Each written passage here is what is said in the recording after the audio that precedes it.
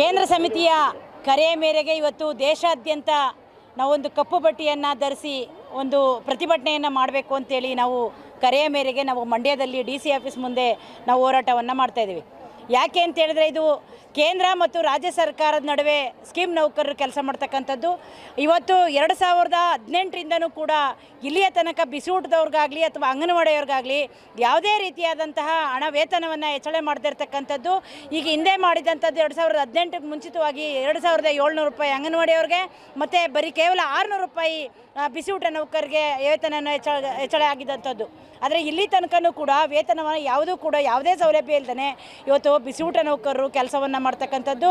ಮತ್ತು ಸಾಲದಕ್ಕೆ 44% ಅನುದಾನವನ್ನು ಕೂಡ ಇವತ್ತು ಬಿಸಿಯೂಟ ಯೋಜನೆಗೆ ಅಂಗನವಾಡಿನ ಯೋಜನೆಗೆ ಕಡಿತ ಮಾಡಿರ್ತಕ್ಕಂಥದ್ದು. ನಾವು ಒಂದು ನಿರೀಕ್ಷೆ ಇದ್ವಿ. ಕಳೆದ ಡಿಸೆಂಬರ್ 1 ಮತ್ತು 2ನೇ ತಾರೀಕು ನಾವು ಹೋರಾಟವನ್ನು ಮಾಡಿದ್ವಿ. ಇದೇ ಕಚೇರಿಯ ಮುಂದೆ ಹಗಲು ರಾತ್ರಿ ಹೋರಾಟವನ್ನು ಮಾಡಿದ್ವಿ. ಆ ಹಗಲು ರಾತ್ರಿ ಹೋರಾಟ ಮಾಡಿದ ಭಾಗವಾಗಿ ಕೇಂದ್ರ ಸಚಿವರಾದಂಥ ಕುಮಾರಸ್ವಾಮಿ ಅವರು ನಮ್ಮನ್ನು ಮಾತುಕತೆ ಕರೆದ್ರು ದೆಹಲಿಯಲ್ಲಿ. ಆದರೆ ನಾವು ಅಲ್ಲಿ ಒಂದು ನಿರೀಕ್ಷೆ ಮಾಡಿದ್ವಿ. ಏನದು ಅಂತ ಹೇಳಿದ್ರೆ ಈ ಕಳೆದ ಬಜೆಟಲ್ಲಿ ಅಂಗನವಾಡಿ ಬಿಸಿಯೂಟ ನೌಕರಿಗೆ ವೇತನ ಹೆಚ್ಚಳ ಆಗುತ್ತೆ ಅನ್ನುವಂಥ ನಿರೀಕ್ಷೆಯೂ ಒಂದು ಭರವಸೆಯೂ ಕೂಡ ಅಲ್ಲಿ ಆ ಒಂದು ಮಾತುಕತೆಯಲ್ಲಿ ಕೊಟ್ಟಿದ್ದಂಥದ್ದು. ಆ ಭರವಸೆ ಎಲ್ಲವೂ ಕೂಡ ಆ ನಿರೀಕ್ಷೆ ನಮಗೆ ಸುಳ್ಳಾಗಿರ್ತಕ್ಕಂಥದ್ದು.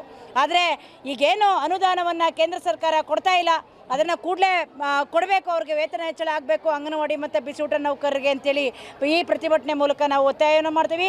ಮತ್ತು ಈಗೇನು ಪೋಷಣ್ ಟ್ರ್ಯಾಕ್ ಅದು ಕೂಡ ಇವತ್ತು ಅದಾಗಿ ಆ ಒಂದು ಯೋಜನೆ ಬಂದು ಅಂಗನವಾಡಿ ನೌಕರರ ಮೇಲೆ ಭಾರಿಯಾದಂಥ ಒತ್ತಡವನ್ನು ಏರ್ತಾ ಇದೆ ಇವತ್ತು ಸರ್ಕಾರ.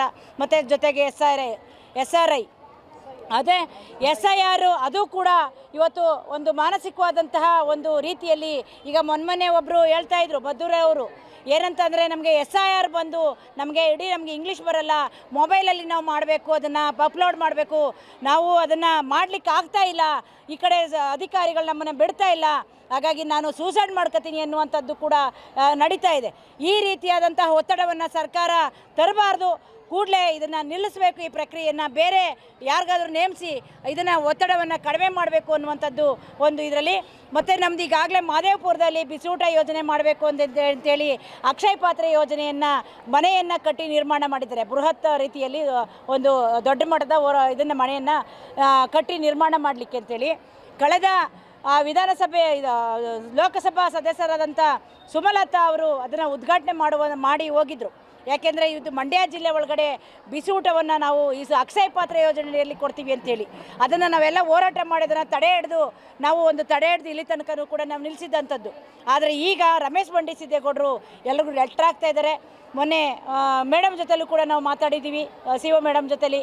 ಅದನ್ನು ಆ ರೀತಿಯಾಗಿ ನಮ್ಮನ್ನು ಇದು ಖಾಸಗೀಕರಣ ಬೇಡ, ನಾವ್ಯಾರೂ ಕೂಡ ಖಾಸಗೀಕರಣ ಮಾಡಬಾರ್ದು, ಮಾಡಿದ್ರೆ ಉಗ್ರವಾದಂಥ ರೀತಿಯಲ್ಲಿ ನಾವು ಹೋರಾಟವನ್ನು ಮಾಡ್ತೇವೆ ಬಿಸಿಯೂಟ ನೌಕರ ಸಂಘಟನೆಯಲ್ಲಿ ಅಂತೇಳಿ ರಾಜ್ಯ ಸರ್ಕಾರ ಕೇಂದ್ರ ಸರ್ಕಾರಕ್ಕೆ ನಾವು ಎಚ್ಚರಿಕೆಯನ್ನು ಕೊಡ್ತೇವೆ. ಬಿಸಿಯೂಟ ನೌಕರ ಸಂಘಟನೆಯಿಂದ ಮಹದೇವಮ್ಮ ಜಿಲ್ಲಾ ಅಧ್ಯಕ್ಷರು.